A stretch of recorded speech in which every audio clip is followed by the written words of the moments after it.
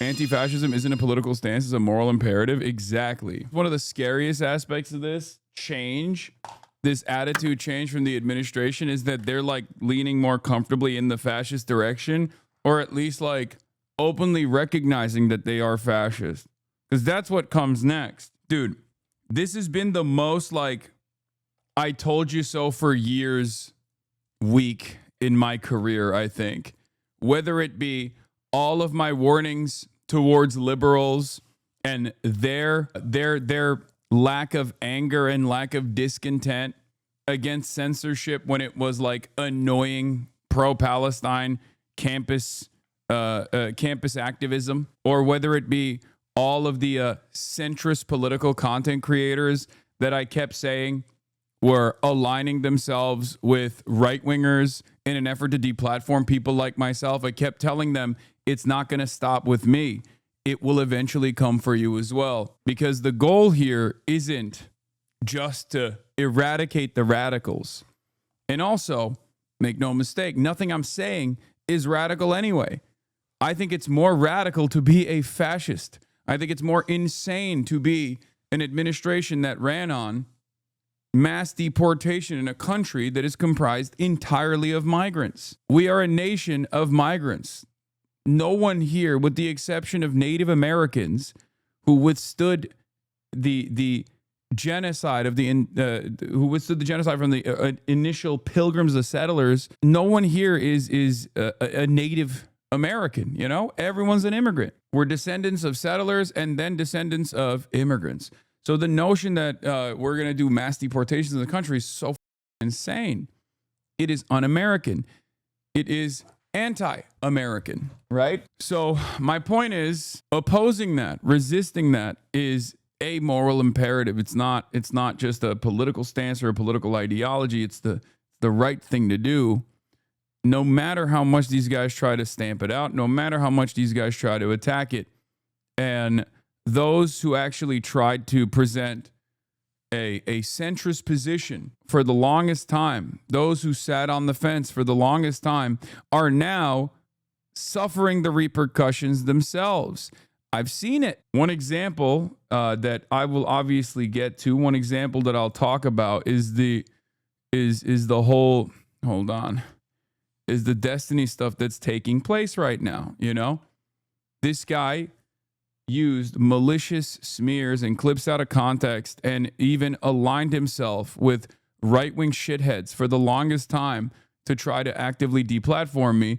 And now those right-wing shitheads are coming after him too and are successfully deplatforming him. And the same goes for a lot of liberals who just stood idly by and watched as this administration and the administration prior to it was going after campus protesters, arresting them, actively coming after pro-Palestine content creators. A clip of you defending his free speech went semi-viral. Wish that went both ways. Yeah, and using Dan Seltman's dumbass website as a reference. Bro, I don't think you guys understand. It's not even just Dan Seltman. Like, Destiny has an entire Wikipedia page designed to literally tar and feather every single prominent leftist account.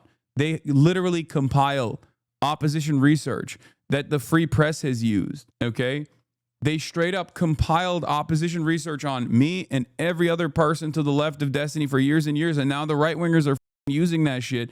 But it's ironic because they're also going after Destiny as well. If he had any decency beyond, you know, the CSAM distribution and whatnot, he would delete all that shit, but he won't. But yeah, I saw the whole, like, he's announcing he's retiring from politics stuff. He's not going to do that. But again, this is something that I warned about for so long. It's something that I warned about over and over again to people in my community. It's something that I warned about as like a broader trend, a broader problem if left unaddressed.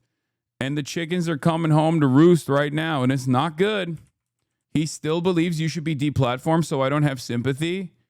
That is insane. So in this moment, in this very moment, when all of the right-wingers are up his ass and have successfully gotten him to be demonetized on YouTube, this dumb is still thinking I'm the problem? Oh my God, brother. I cannot believe it. I mean, hey, have fun. Have fun with your dumbass, dude. Wait till they find out about all the shit that you've done. Wait till they find out about, like, I don't know, a million other instances where you've said unimaginably violent shit. He got only a fraction of the return that he has tried to deal my direction for years and years at this point. God damn, dude. He doesn't think you're the problem. The dude is jaded and a jealous boyfriend. What point will his community understand, like, because his community is not that big, but his community is like very, very dedicated, right? They love doing troll ops. They love doing like smear operations. They can do a sophisticated smear campaign, right? They can do a sophisticated smear campaign. So the very fact that they're not actually using all of their effort and all of those initiatives against the right, even in this very moment, and still at the mercy, at the whims of their cult leader who just despises me, is crazy. It's the same with Ethan Klein. Like, it's so obvious. If you are at this very moment when fascism is at our doorstep, or okay, when it's here, and it's not only like, you know, knocking on your door, it's knocking down your neighbor's doors, and your only opinion as a super wealthy guy living in a Bel Air mansion is like, you know who's really at fault here? This guy that I personally hate. Your audience needs to snap out of it, dude. You got to snap out of it. You got to snap out of it. I know those guys won't, because they're just petty, narcissistic morons. They're deeply unserious people. Jon Stewart's take on Kimmel firing was great. Dude, I really hope these liberals also recognize that it's not just about Jimmy Kimmel. You know what I mean?